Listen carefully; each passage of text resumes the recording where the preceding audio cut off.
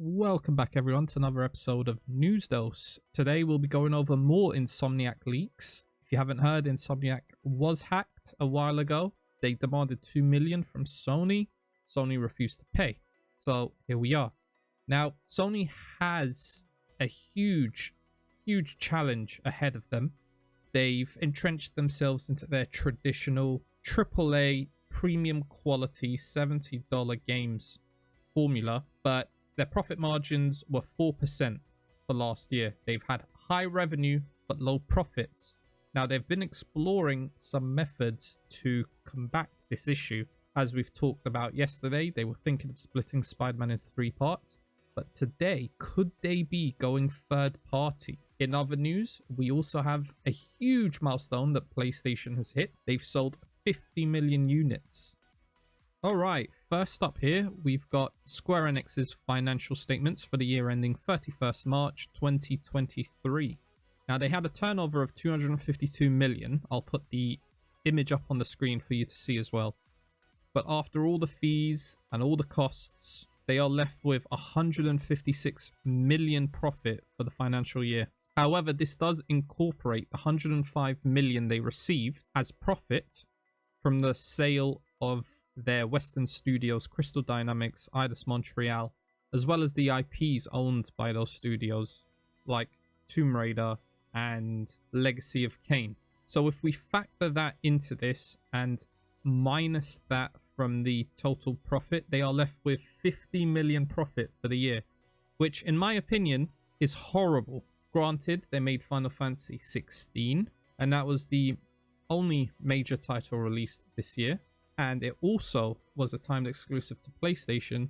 If it's any indication, I believe it just shows that timed exclusivity as well as exclusivity on one platform does not work for a huge third-party publisher. Now, they have partnered with Xbox recently, and at the Game Awards a few weeks ago, they did reveal the next game in the Mana series, and it is coming to Xbox. They have also announced Final Fantasy 14 coming to Xbox. I think moving forward, this is the smartest choice and the smartest move for Square Enix, because it allows them to gain users as well as put all of their games on all the platforms and cast a wide net approach to how they handle things.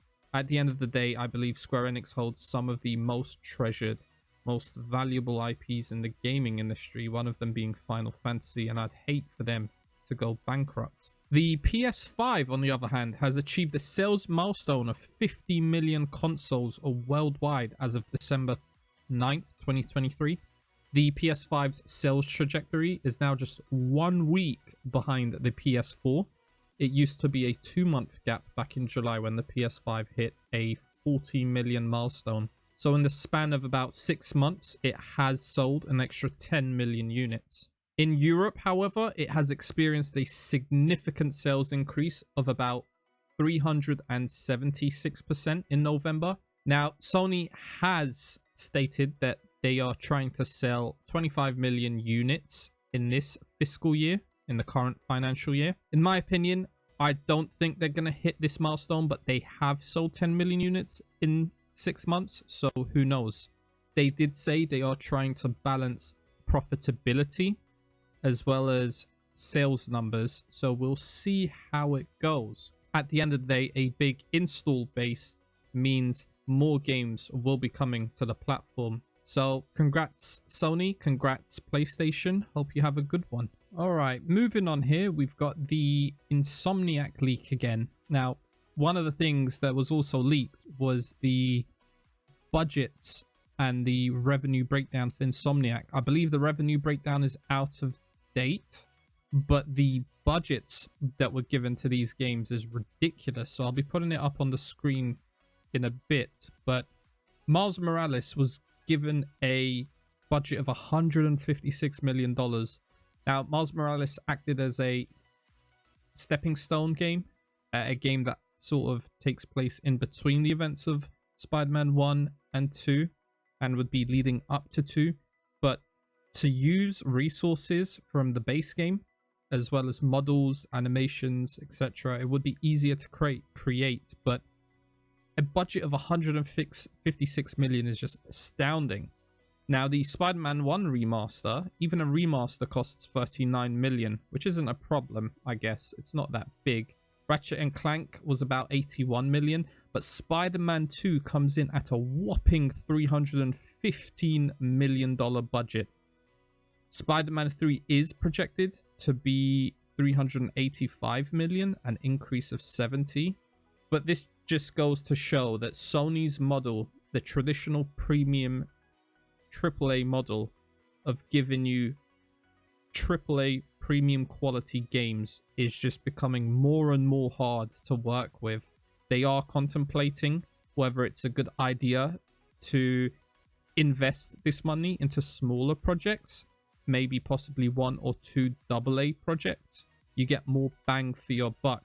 We've also discussed recently how they're trying to mitigate this issue by breaking up Spider-Man 3 into multiple parts, which I believe isn't very consumer friendly, and it does detract from the value of the game to be selling you part 1 for $50, part 2 for $50, and then stripping out a multiplayer element if there is one and selling that to you for $50, and then bundling everything together a year down the line and selling an ultimate edition for $60.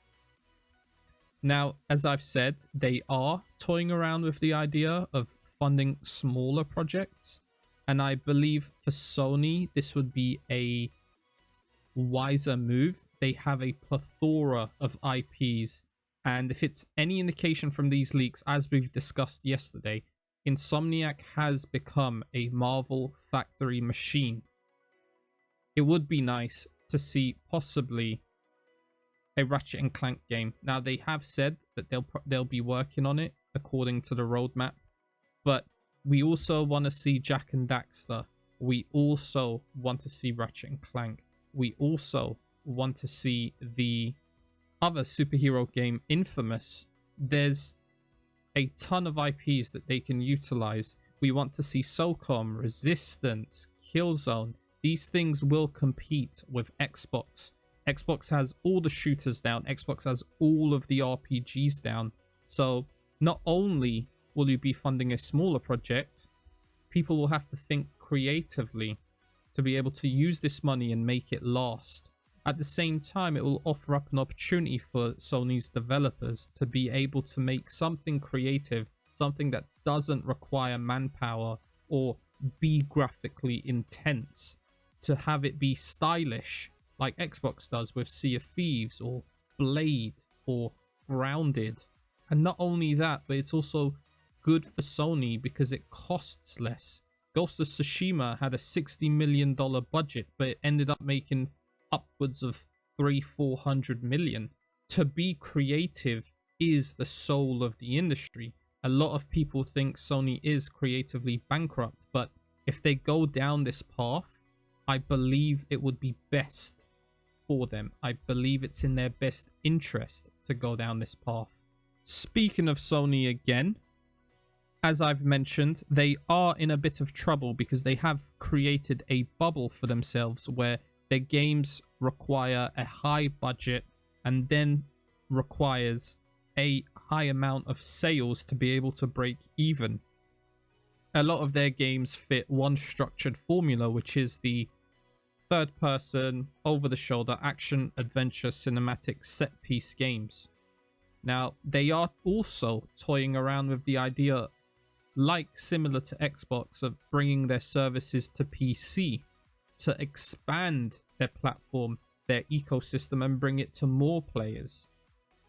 The first issue I have with this strategy is that they have to be simultaneous release on PC. They cannot do it a year apart.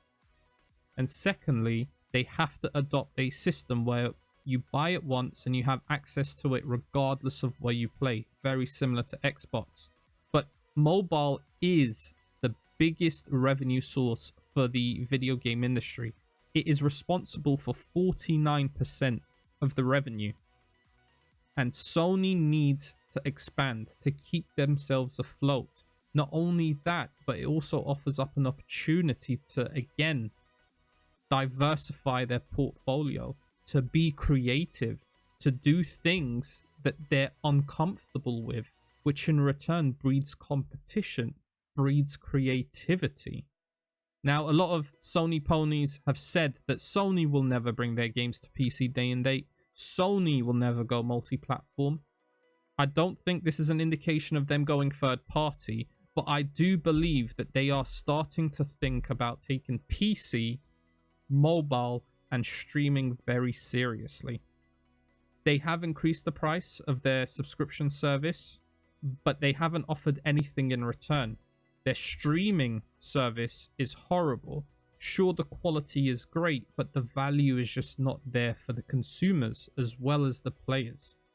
They have a lot of IPs in their back catalog that they need to bring to these services. It doesn't make sense for a player to want to play one of Sony's earlier games from the PS2, PS1 era, and they're downloadable. But the PS3 era, most of it is streamed only. There is no local downloads. That doesn't make sense. They really need to work on their infrastructure if they're going to take this seriously. They have to put in systems that unifies their ecosystem across the board, exactly like Xbox. As I've said, the Sony ponies refused this idea. They thought Sony will never do this, but here we are. Times are changing and they will adapt to the climate. They have already said that they are behind the competition. Their infrastructure isn't in place and their central pillars is very traditional and old and needs to change and adapt. Sony ponies will scream at the top of their lungs that nothing matters but the sales of the PS5.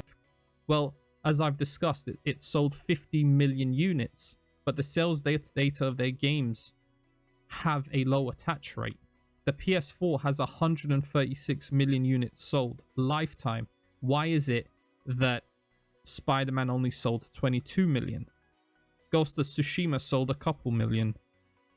We have 50 million PlayStations and Returnal only sold a couple million. The attach rate is low. And the PC market, the mobile market will fix this for them. Well, that's it, everyone. That's the news for today. If you liked it, subscribe and like the video and stay tuned for more tomorrow. Thank you for watching.